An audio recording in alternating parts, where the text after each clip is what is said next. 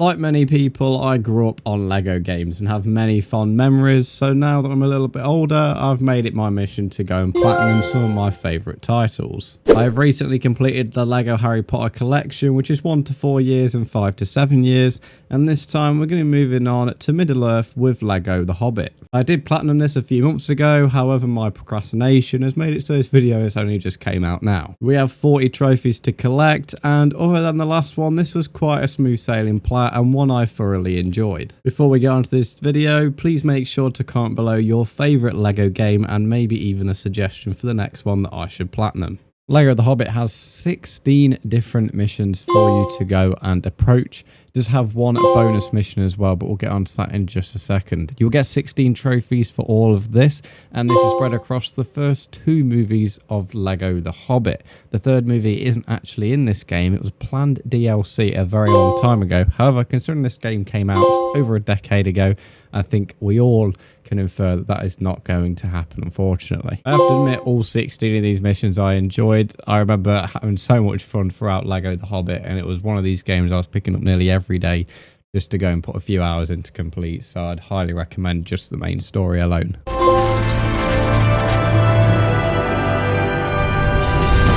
Once the final mission had been completed, it was time for cleanup and also the bonus level.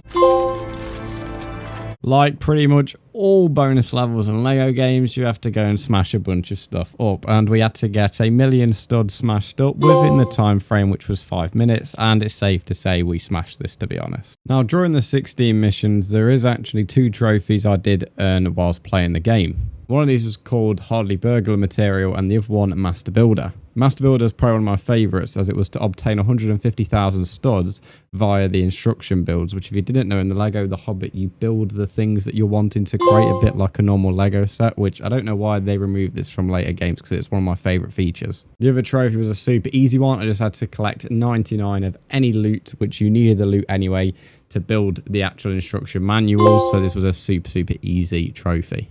I then just tried to focus on doing some of the easier trophies after completing the game, which the first one was creating a custom character. Whilst also exploring Middle-earth, I went around buying every single character that I could find before searching up where some cheeky hidden ones was, because not each character was as easy as it sounds to find. With well over 90 characters to collect, there was a lot to get through, so we'll come back to this trophy later on. Another simple trophy was Bjorn again, and all we had to do here was transform into a different form. It wouldn't be The Hobbit without 2 strange trophies. We have Dawn of the Mushroom King and Lord of the Prance. Now, the Mushroom King, you have to equip for him with the Mithril Mushroom Crown, which as I said, both of these are very strange. Lord of the Prance, you equip yourself with a Dazzle Wig, Mithril Rhythm Stick, and a Mithril Dance Boots. I have no idea why these are trophies, but they are, and yeah, it was quite funny, especially Lord of the Prance. Now, before we tackle the missions again, to actually clean up the game, we have a couple more trophies, which are just to do with game features. The Lego The Hobbit actually had some really cool little mini games, and one of these was the mining game. You have to complete this perfectly 50 times. Had a buddy up attacks, which you have to do that 50 times, and you also have to use Gandalf's star stability 50 times. Another trophy related to the buddying up is you have to use every dwarf from Thorin's company in a buddy up. So now the platinum run just became simply about cleanup. To do this, we had to go back through the entire story and make sure we got every single collectible and 100%ed every single mission. By doing this, this would give us the ability to also unlock all of the rest of the trophies that we needed as well to complete the platinum run. Each mission had things such as schematics, which helped forge items. We needed to collect all of the schematics for all the trophies, and we also had to go and forge all the items. This was important. Of course, we had to make sure to complete the stud bar, which became very easy when we collected our white bricks, as this gave us the stud multipliers which we could use. We also got a trophy for collecting all treasure items in all of the levels, which was our reward for 100% in the missions. 100% in all the missions, though, was the easy part, as now we had the entire of Middle-earth to go and explore, and we had to collect quite a lot of stuff. We had to go and complete every single side quest that was in Middle-earth, which there was a lot. However, we had a lot of rewards for completing these. Mainly in the white brick department, which we used white bricks to forge items, which there was a lot of items to forge and a lot of schematics to find. Throughout this, we did eventually find all the schematics. This last one here was in a glitch. We eventually found a way around it and got in.